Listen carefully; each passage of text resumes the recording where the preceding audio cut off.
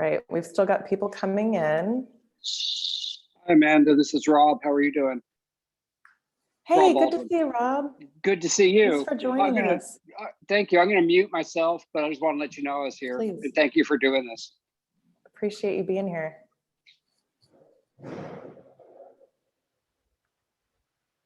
Amanda, this is Bert Longboard. Hi, Bert. Thank you so much for your question you submitted. Okay. We've got quite a few questions, and it looks like we've just about admitted everyone. So I'll have my host continue admitting guests as we kick this off. Good evening, everyone. Thank you so much for joining us. Welcome to the Turtle Creek Neighborhood Association's Town Hall meeting this evening. We have a packed program tonight, so settle in, grab a drink. Please do stay on mute and feel free to use the reactions button at the bottom of your screen to thumbs up, party, poo-poo, whatever you want to do to react to what we're saying. That always makes it a more fun, interactive meeting. I am Amanda Popkin. I'm a community engagement, urban planning, and economic development specialist and a representative of the Turtle Creek Neighborhood Association. I'll be kicking this off tonight and be your MC for the evening. Quickly, our agenda for tonight includes running through some details about Reverchon Park project, Turtle Creek Corridor, zoning, and the Oaklawn Plan. And at 7 p.m., we'll start our Q&A with Councilmember David Blewett and his challengers, Paul Ridley, and I hope Elizabeth Viney may be joining us as well. So I see Councilman Blewett here and Paul Ridley. Thank you guys for taking the time to join us tonight. I know we've got a packed agenda and we're looking forward to these questions I've been gathering from our audience members today. So quickly, why we called this town hall. Residents here must claim their power. Looking at the amount of property value here and the sheer number of residents, this should be a powerhouse of political influence. Unfortunately, the very plans that have made this neighborhood a beautiful, dynamic success are at risk. And the very reason that many of you have chosen to invest in this lively, walkable, high energy area is because of these assurances that there are standards for development and plans for future evolution. The residents here must be guardians of those plans and that vision. So this meeting will be part education and part updates on projects, also part call to action and part Q&A for those running to represent our neighborhood. This area has not been known to have a high voter turnout, so we want to change that. Please note, I do have email addresses for everyone in attendance tonight, and I will follow up by email with any calls to action on these important issues. I'll also share your email with the Reverchon Park neighborhood organizers to keep you in the loop on upcoming meeting dates and opportunities to stay involved. Please remember that emailing your council member and plan commissioner can have a huge impact on letting them know what specific outcomes you and your neighbors would like to see. So don't underestimate the influence that you can have on these important topics that we're talking about tonight. And I want to pass the agenda to Anthony Page this evening to talk about the common themes between these topics we've brought you guys together to talk about tonight.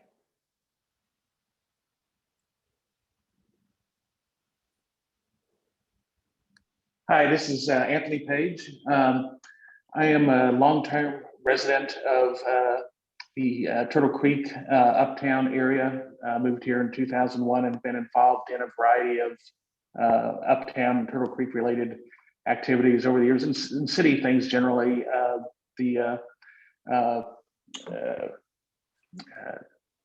McKinney Avenue Transit Authority, which runs the trolley, the Oaklawn Committee of been involved with that for several years. Uptown Dallas Inc., which manages the public improvement district, and the Trinity Commons Foundation, among other things.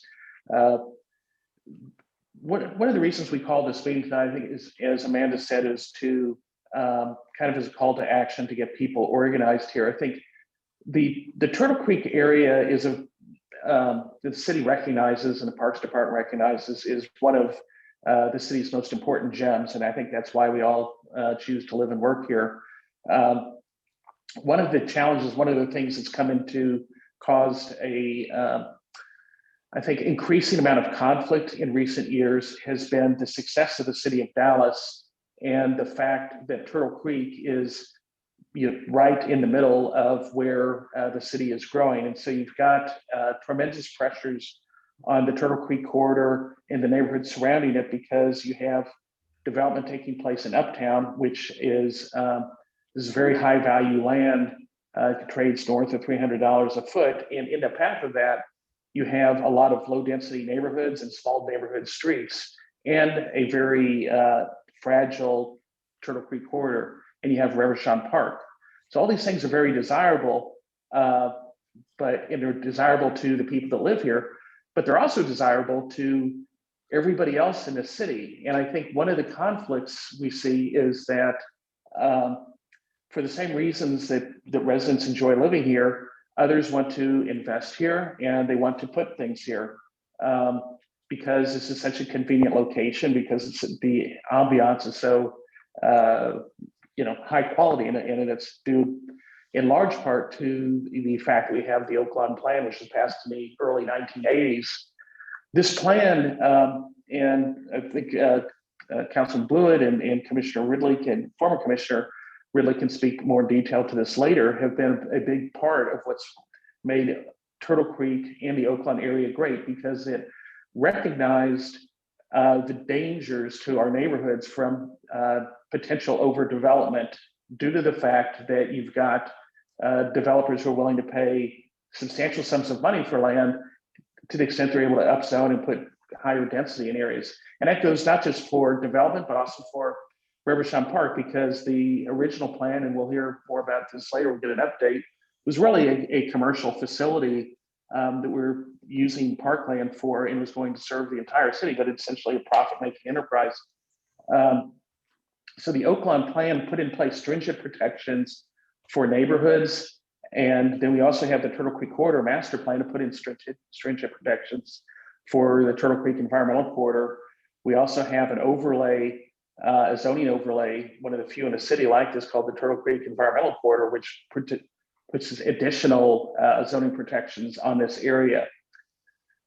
As the city, in the last, I'd say 5 years, its development has continued to pace in Uptown, there's increasing pressure on the park, Reverchon Park, and the rest of Turtle Creek Park, and land to be upzoned for higher intensity development. And this is something that was anticipated by the Oakland Plan. And the Oakland Plan was designed to steer that development into commercially zoned areas, and instead keep it away from stable neighborhoods. So now with that's kind of a little bit of background. I think we'll pass it over to Dan Routman, who's going to speak about more detail about Reverchon Park. Thanks, Anthony, and I'd like to say thanks to you and to Amanda for setting this up and getting us all together, and then inviting me to say a few words about the Reverchon Park ball field. And the reason why I'm speaking is because I have been asked to serve on the task force that will now be involved in establishing the parameters of the scope of work for the restoration of the ball field. As most of you probably already know, there was an agreement with commercial developers to expand the ball field, tear down trees, things like that, and to make it into a several thousand seat baseball stadium for minor league baseball and concerts and things like that. That deal ended in the fall, and a group of us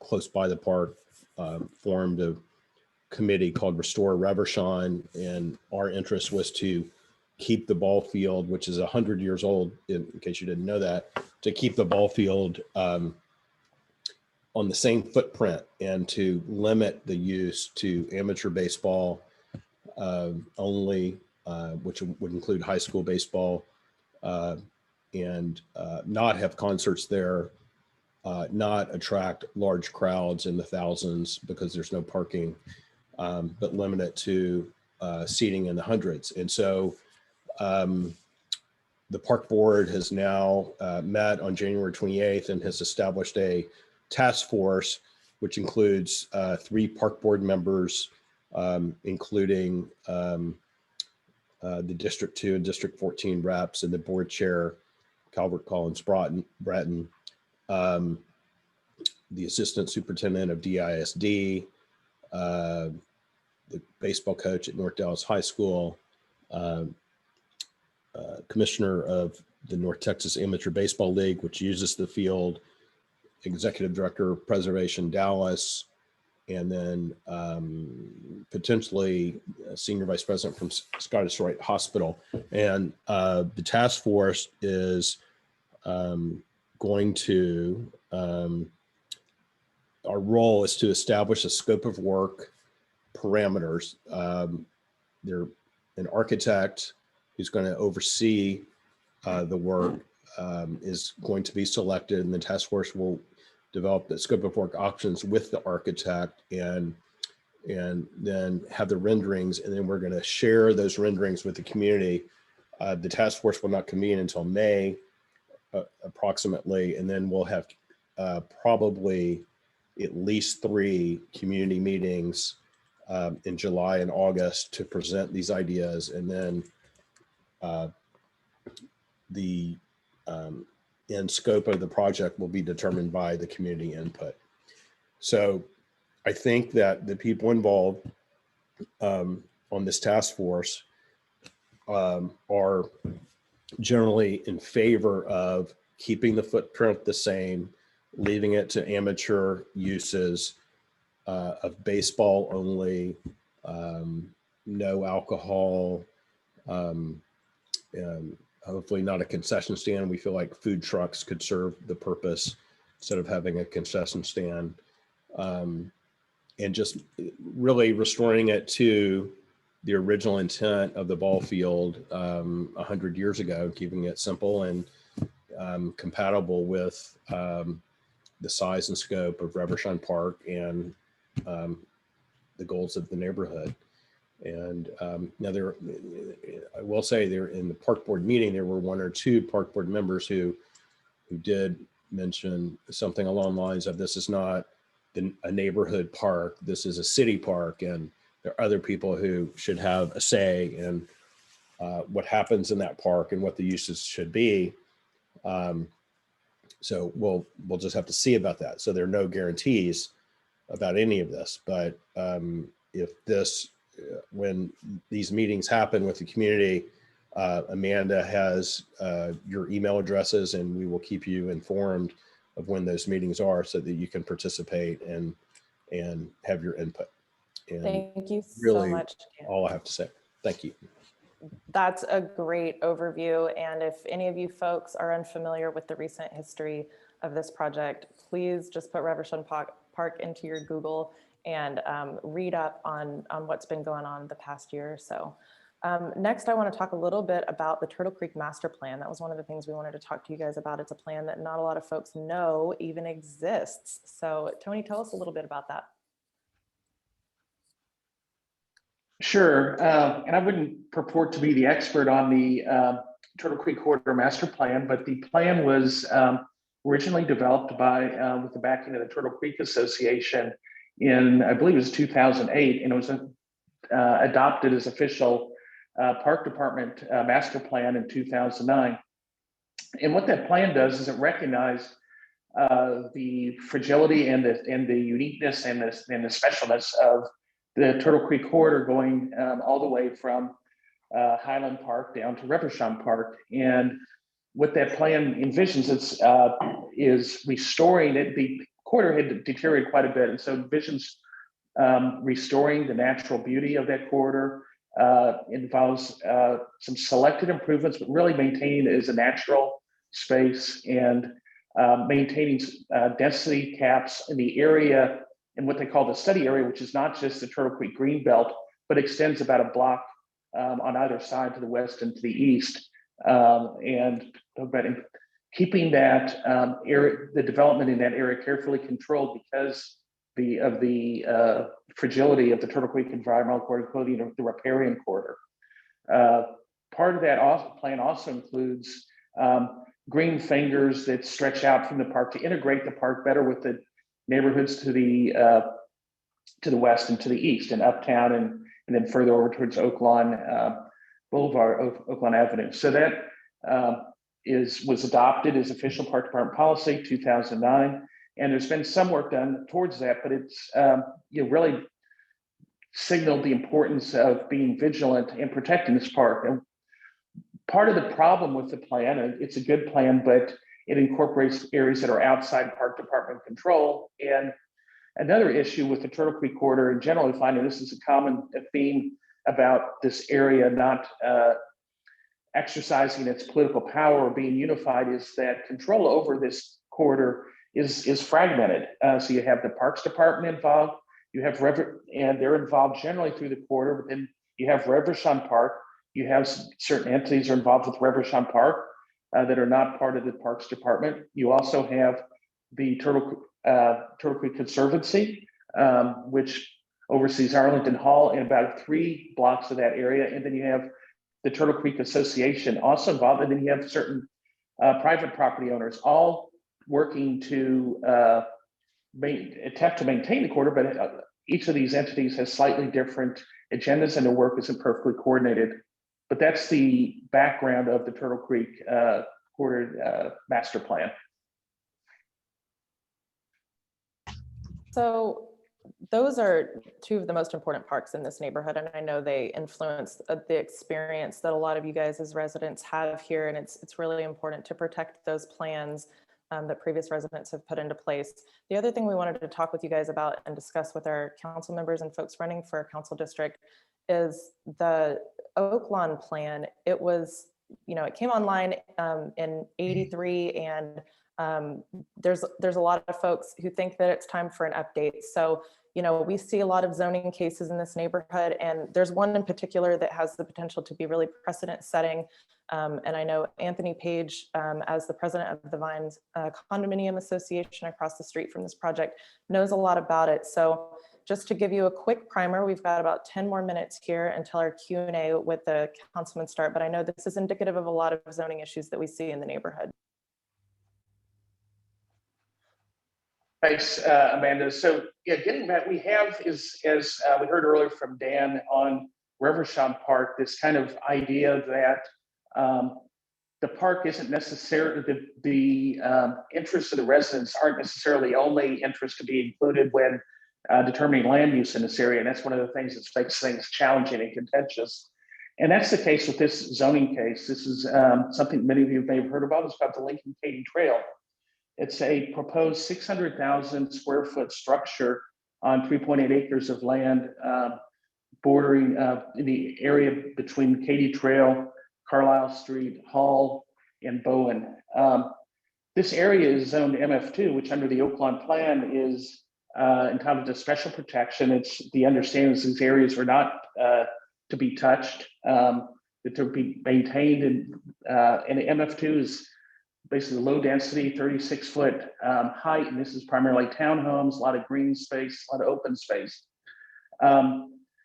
Because the site is so situated in such a prime location, and because it's adjacent to certain high density areas, there's been a lot of developer interest over the years and seeing if they could get these lower density sites and have them upzoned, because if you can, there's a huge difference in value. In the case of this project, under MF2 zoning, land is going to trade for about $80 to $90 a foot. But if you can get it upzoned, like in this case, the applicant is seeking, you can create about $15 to $20 million in additional value by having additional development rights. And so in this case, this case came to the Oaklawn Committee, started back in 2015. It was defeated by the Oaklawn Committee 3 times. There was one time when they did I think it passed by 1 vote, but that was also conditioned on neighborhood support.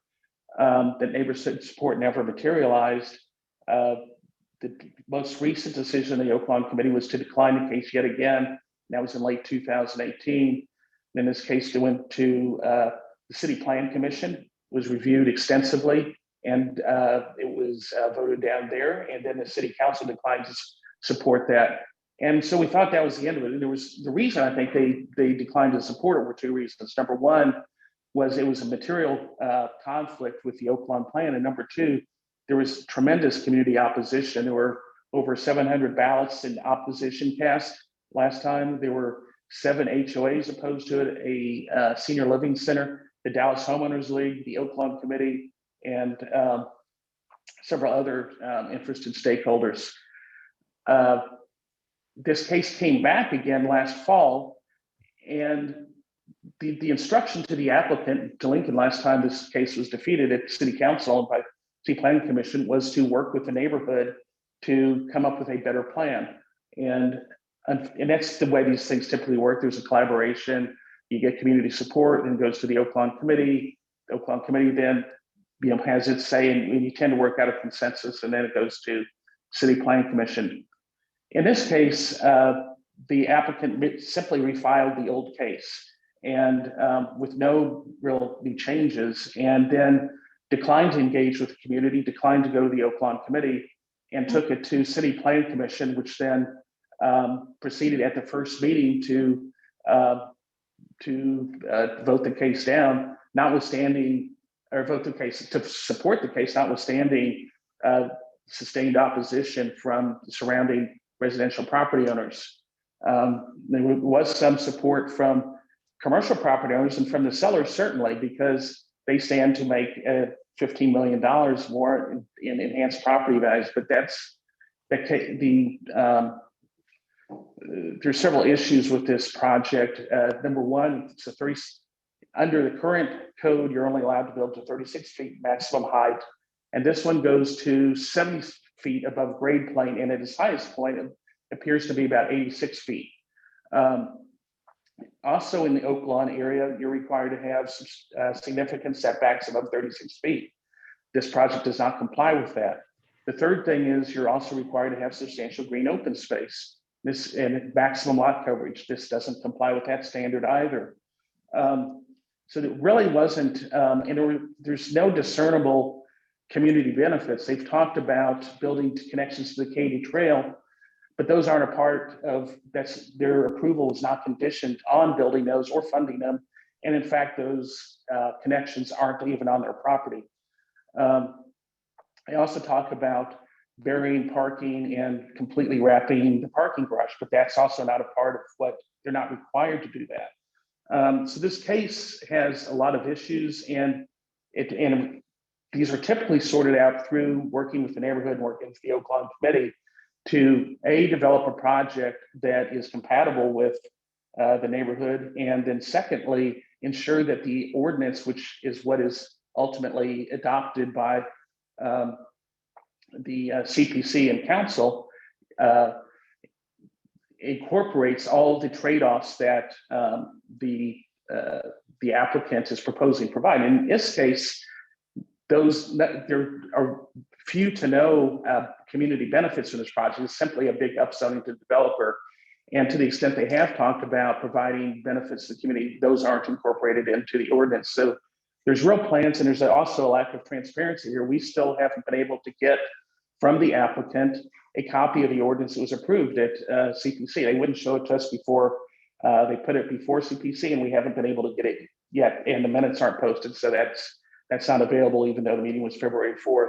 We also haven't been able to get elevations and show what this project is precisely going to look like this time. But if it's what they told us initially, was this was going to be very similar to the project they submitted before, and that includes a 2-story above ground garage facing the Katy Trail at the Bowen Street portal entrance, which is proposed, but again, not funded.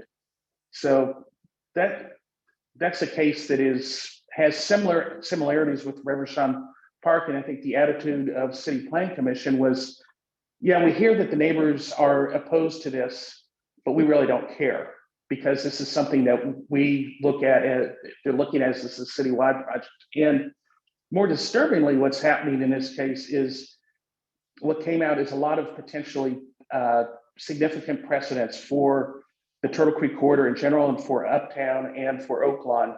More specifically, that the MF2 zoning, that there was little interest in protecting that anymore, and that staff has taken a position that as of right, you can go from that the base zoning should be not 36 feet, but 60 feet. So you could have go from 3 to 5 stories, and that would be basically all the area between Central Expressway, the Katy Trail, and going up to Highland Park by Javier's, and then on the west side of the Katy Trail, all of that area south of Highland Park to Lemon Avenue, and then the area and then on the south side of Lemon Avenue between there and Cedar Springs west of Oaklawn, that's also MF2, and that they see little interest in protecting it, and then more disturbingly, little interest in continuing to enforce the Oaklawn plan. There was, and this seems to be driven by commissioners that are outside the district, but saying that the Oaklawn plan is obsolete, it doesn't work, there's been so many changes to it,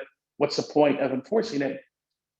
What that means though, but there's no backup plan. So essentially what they're saying is that for 45,000 people, which is the population of Oaklawn, who are covered by the Oaklawn plan and PD 193, that there's effectively no rules anymore. And it's kind of really anything goes, and the developers aren't required to provide any meaningful trade-offs or benefits to the community in return for these upzonings. I think that about covers it. I want to really turn this over to, I think, we want to hear from Councilmember Blewett tonight, and his challenger, Paul Ridley. He used to be the Plan Commissioner. And I think we've received a fair number of questions, which Amanda has, but I'll turn it back over to her. Thanks, Tony. I know this zoning case is similar to a couple others that have really riled up the neighborhood recently, and I know how important it is that we continue to follow the Oaklawn plan. We do have some really great questions from folks, and I can see more popping into the chat, so I'll try to give those a read while we get started here. I first wanted to allow Councilman Blewett, our current councilman for this District 14, to introduce himself and say a few words. And then I've invited Miss Elizabeth Viney to join us as well, though I don't believe she's on quite yet. Hopefully she'll be able to join us here in a minute, and also former Plan Commissioner Paul Ridley. So Councilman Blewett, please introduce yourself, say hello. I think I've unmuted myself. Is that okay? Yes. All right. Well, thank you. Thank you all for being here tonight. I think there's a lot of issues that we're going to cover, and a lot of issues that are important to all of you. I am the city councilman for District 14. I typically say that it's downtown, uptown, Oaklawn, and East Dallas, because a lot of people just don't know where D14 is, so I try and tell them. It's been an interesting ride the last year or two, as all of you would attest, but without getting the specifics of protests and COVID and vaccine distribution and a snowpocalypse and power outages and all the things we've had to navigate, as well as all of the things that we're dealing with public safety. And I know in the Oaklawn area, we talk a lot about street racing and gunfire and a lot of challenges. So maybe we'll have some questions about that. But it's been the honor of my life to do this job the last 2 years. It's been very challenging, yes. I've learned a lot, and I'm very excited to do it for another 2 years. So with that, I will leave it to your questions. And Mr. Paul Ridley, would you like to say a few things and introduce yourself, please? Sure. Thanks, Amanda. I'm Paul Ridley, and I'm running for City Council in District 14. We need experienced and committed leadership in District 14. I've lived in Old East Dallas for 27 years, and I'm deeply committed to the quality of life in District 14, and I'm passionate about the orderly and sustainable development of Dallas. During my 12 years of service to District 14 on the Landmark and Plan Commissions, I learned of the needs and values of our district and the need for a true neighborhood advocate as our council member. During my service, I built a track record of working hard for our shared values, aspirations, and desires for safe, livable, and vital neighborhoods, recognizing the need for economic development and the necessity to strike a careful balance between the two. I know I can be the effective leader our district needs now.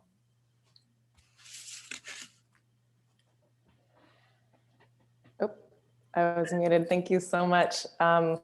We've got a couple of questions and I'll just kick it off strong. What is the importance of the Oaklawn plan to the city? May I just ask a question? Please post your questions in the chat. We've got a couple that I know a lot of folks are very interested in, and we'll be looking through the chat to answer those questions Their CV. as we go along.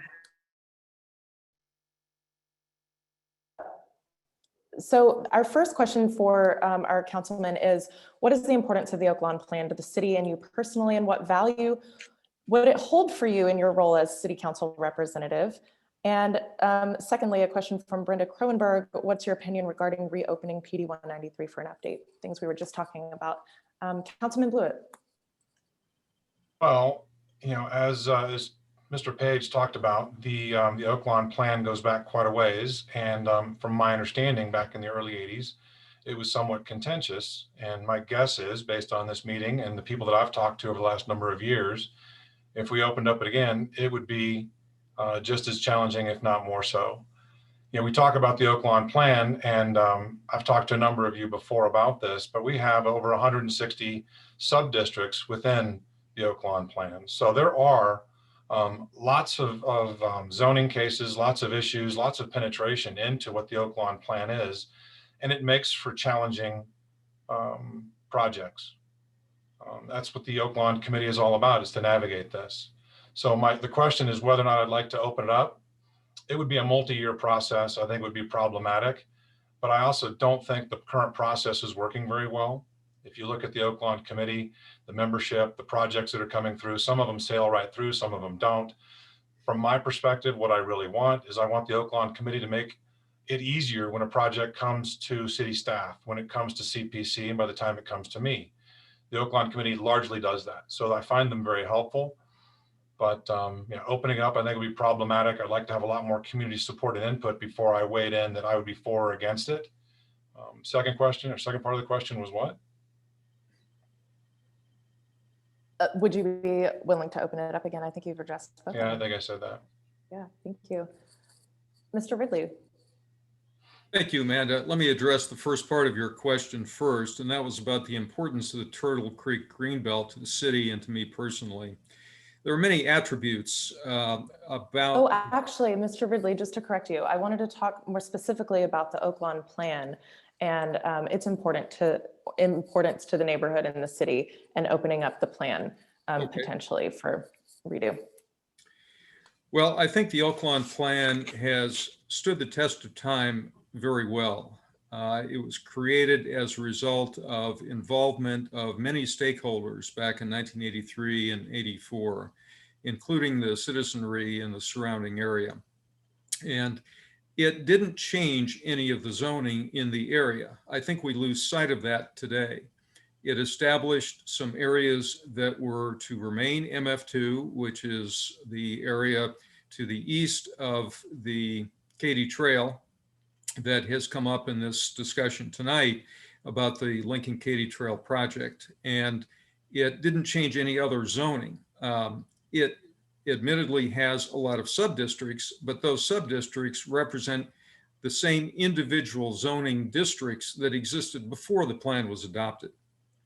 And so just saying that there are 160 sub-districts in one PD, which is many square miles in area, doesn't really say anything.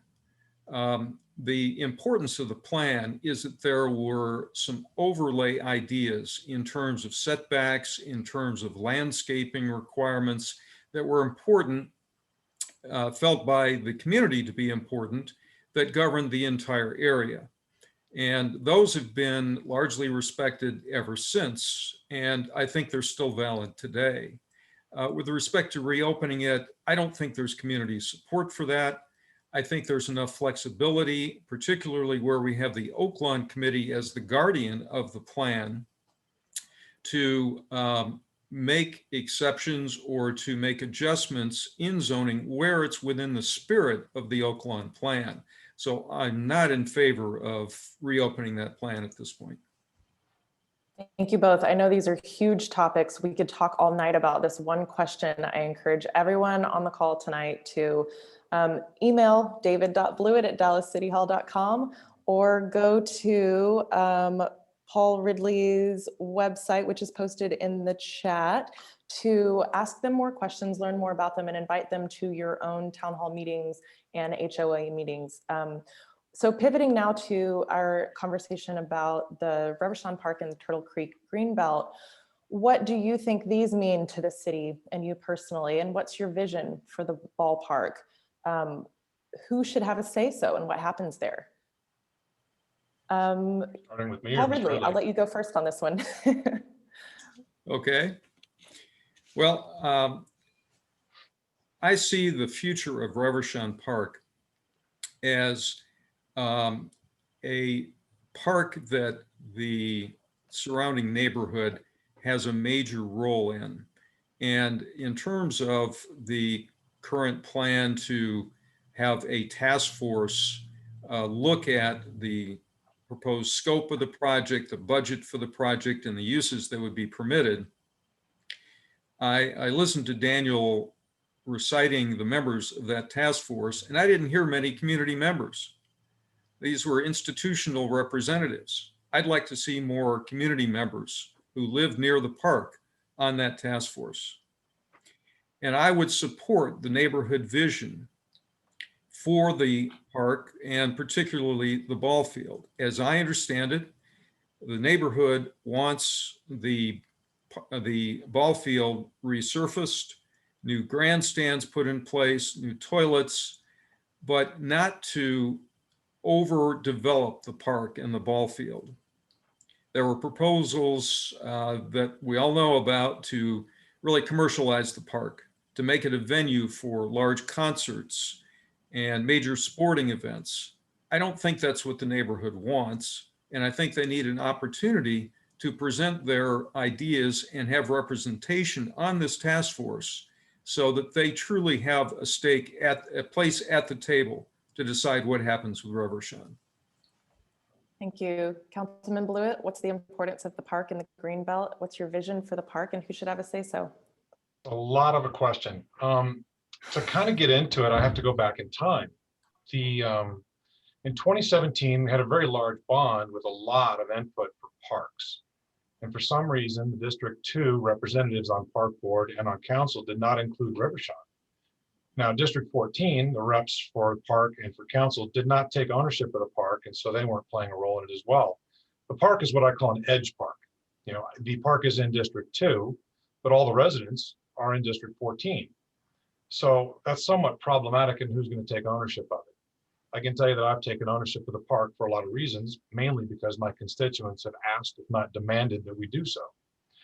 We did not include the park in the bond in 2017. That led to an RFP in 2018 that failed because it couldn't raise the money.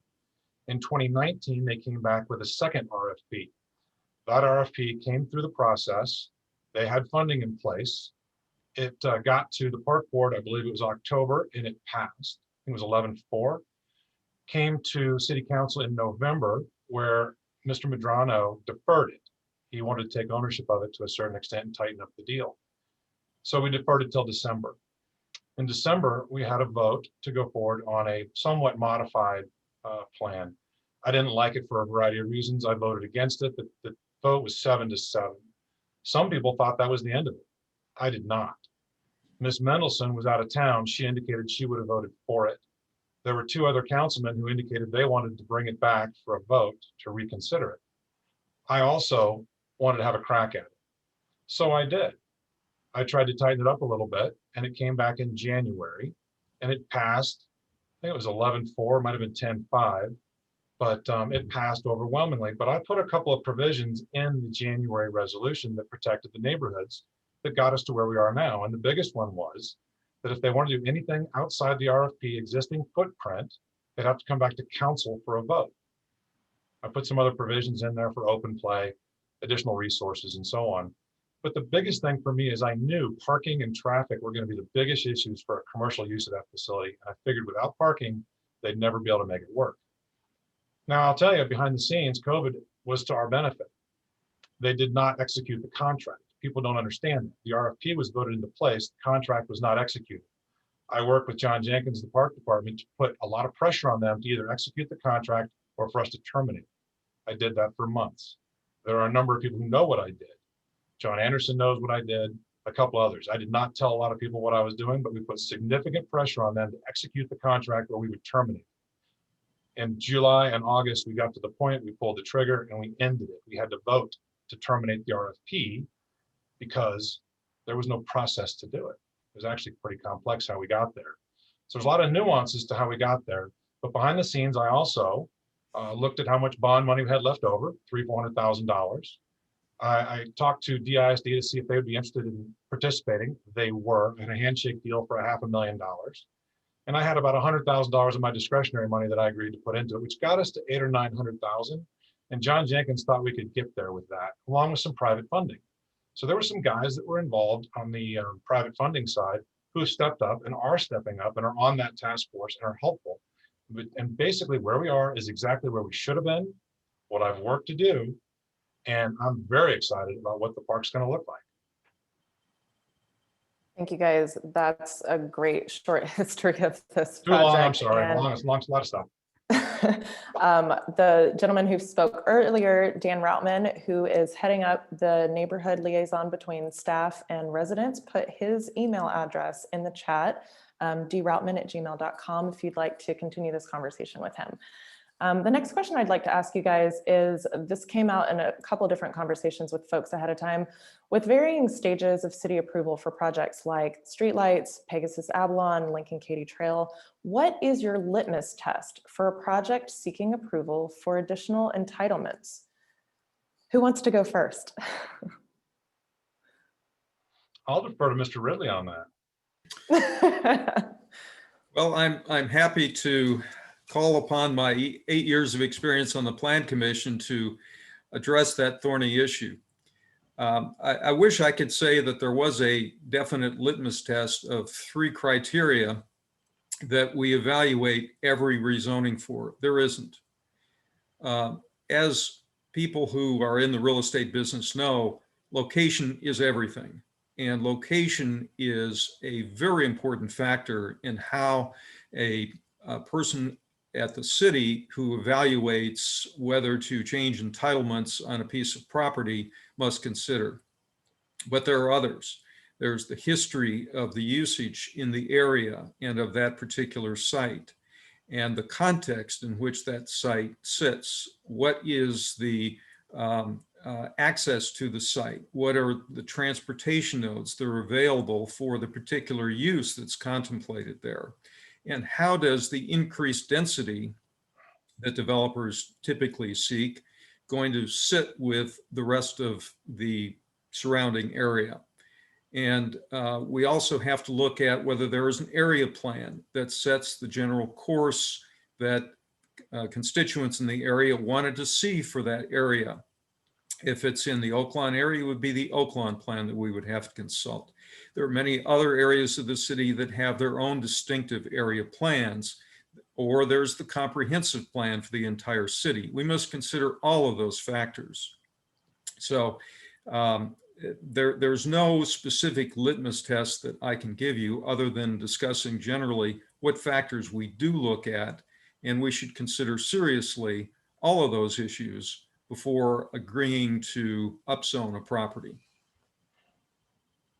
Councilman Blewett, thank you. You know, the litmus test is it's a complex aspect of your question because every deal is different. Every project is different. Our district is unique. You know, when you look at the east side of Central and the west side of Central, I came of age in the last 30 odd years in the M streets in East Dallas. And I came of age watching the bars on Greenville Avenue interact with the residential neighborhoods. For decades, we tried to figure out how to manage the bars in close proximity to single family homes. That became a bigger problem as a lot of us, me included, started having kids. I mean, I remember talking to bar owners in the late 80s, early 90s, and the bar scene was the bar scene. You get to the late 90s, early 2000s, and people start having families, and these houses became very attractive. And we had to figure out how to manage that. Friction is the word that I use between old and new. Friction is the word that I use between single family and multifamily, between low rise, mid rise, and high rise. One of my litmus tests is who got there first. I mean, it kind of mattered to me on Greenville Avenue if the bars were there first or the homes.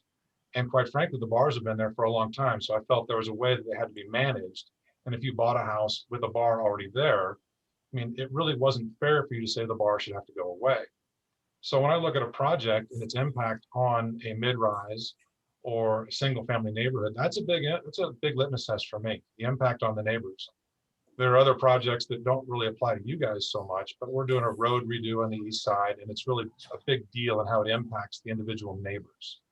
That's a big conflict between what the city wants and what the neighbors want.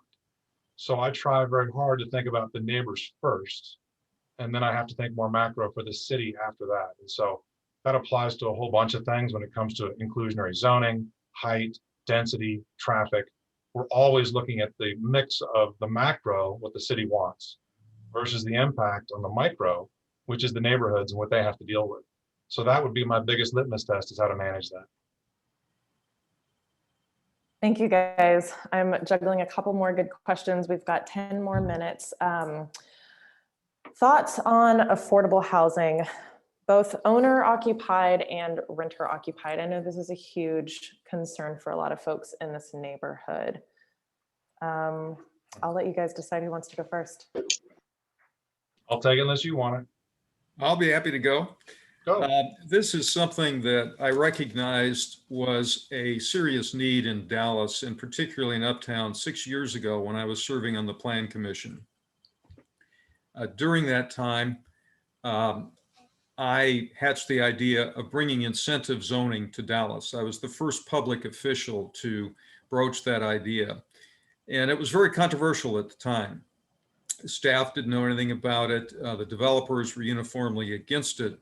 But I instituted that as a condition when developers asked for increased density to build more multifamily units on the particular subject property. That has since become something that staff routinely ask developers to contribute when they're asking for density increases. And developers have now largely flipped and agreed to give a certain percentage of their units in affordable income bands. So that is something that I would certainly continue as the council member for the district.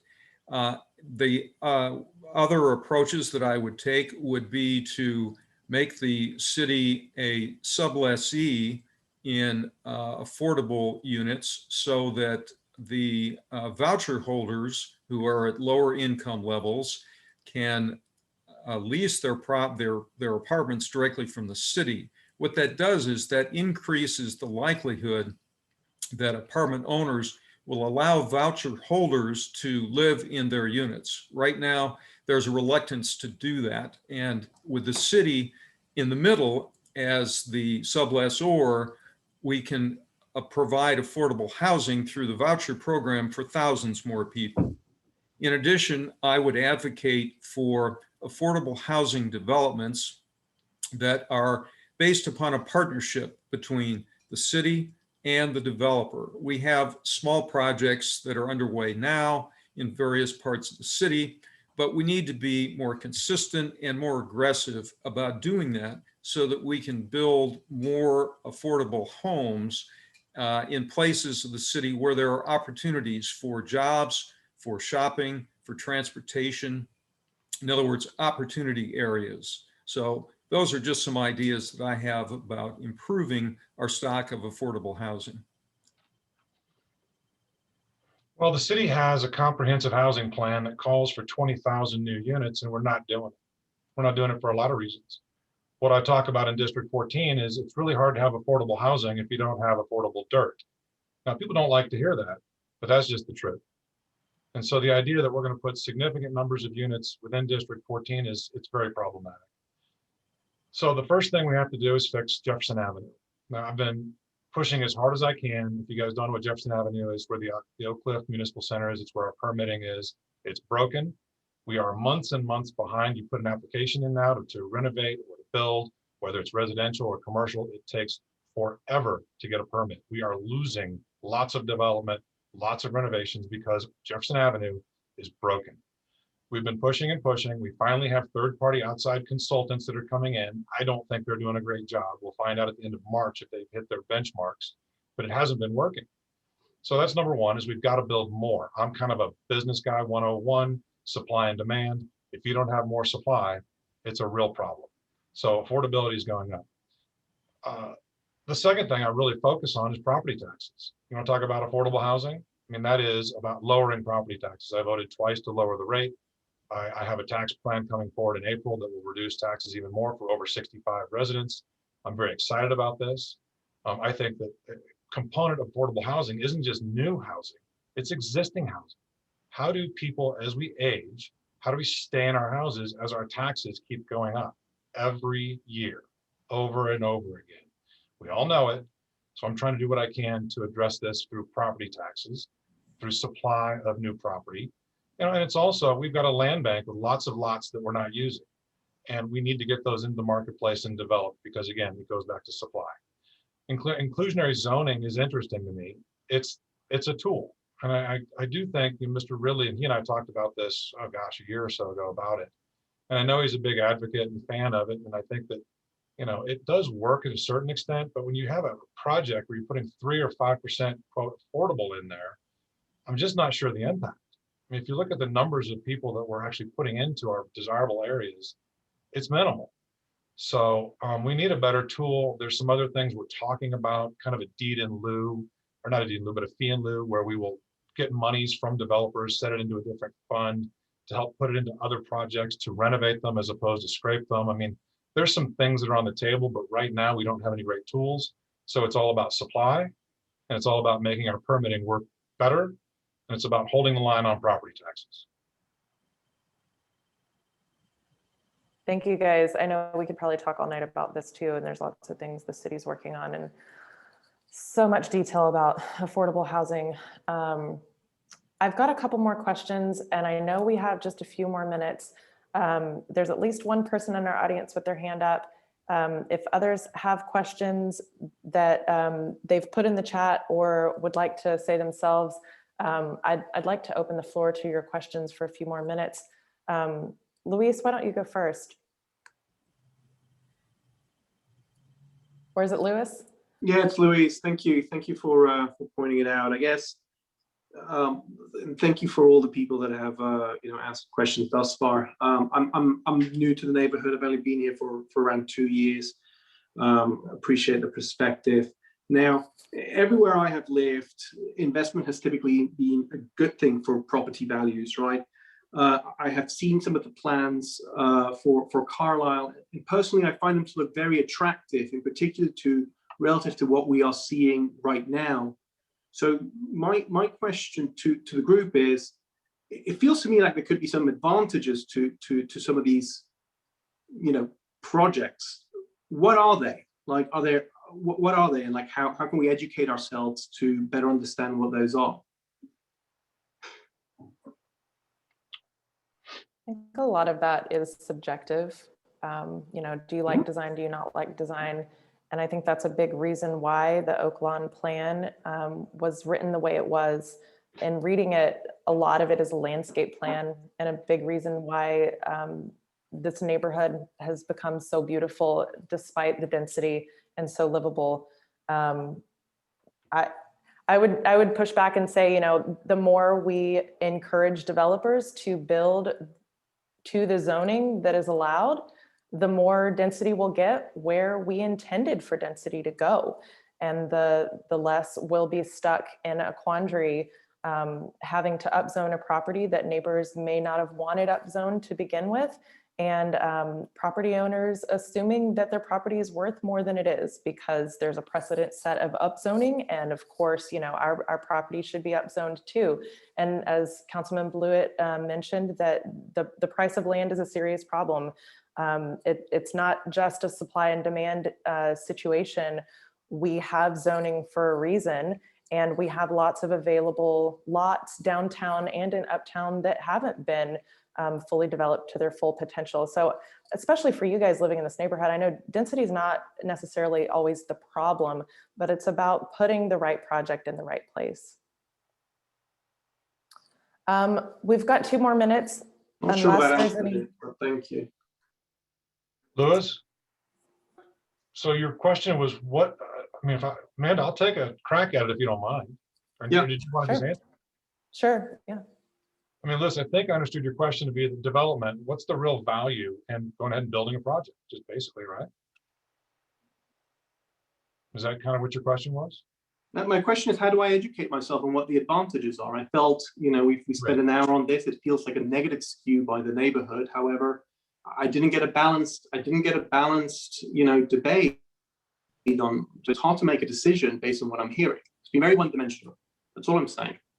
Well, I mean, I'm not sure I can really answer that specifically, but I would say in terms of where I look at these things, new development, you know, our district is blessed.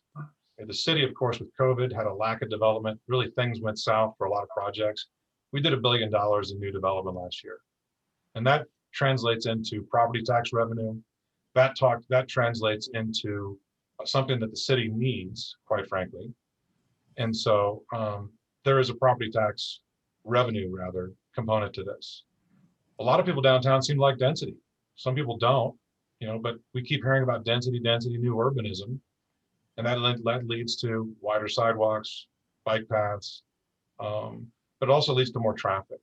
So there's a trade-off here. And so in terms of what you want, do you want more height? Do you want more density? Do you want more tax revenue? There is a real cost to the neighbors. And that's something I focus on, again, the friction between what the city wants versus what's best for the neighbors. It's not as easy as you might think. And Luis, if I could also address that issue, if you want the other side of this debate, I suggest that you talk to Jeff Courtwright at Lincoln Property Company. He'll tell you all kinds of reasons why he thinks it's a great project. I disagree with him, of course, and I was the one at the Plan Commission who rejected this project 2 years ago. That is the same project that has come back now with no change. And I'm against it because of some of the same things we've been discussing. It doesn't comply with the Oaklawn Plan, and it has already resulted in a huge escalation of land prices along the Carlisle corridor. The Nazarian Development Company, which assembled a large tract of land, has now put it up for sale at $300 a square foot. Now that cannot be developed at that price with MF2 zoning. It's just impossible. That could only be economic for a developer if they build much higher density and taller buildings, which means that there's a domino effect that's about to occur here unless at City Council we deny this Lincoln Property Company proposal to upzone this tract. That's a really strong note to end on. I know we're approaching 7:30 right now. I would encourage everyone to reach out to both candidate Paul Ridley and our current Councilman Blewett to tell them what you think about the conversation tonight. Continue to ask them your hard questions and encourage your neighbors to vote. We will be posting more information about the Lincoln Katy Trail on the Turtle Creek Neighborhood Association website for folks interested. And I also posted the link in the chat to Lincoln Properties page. You can just Google Lincoln Katy Trail and find their renderings and information on the project. Thank you all for tonight's conversation. Thank you to Councilman Blewett and Paul Ridley.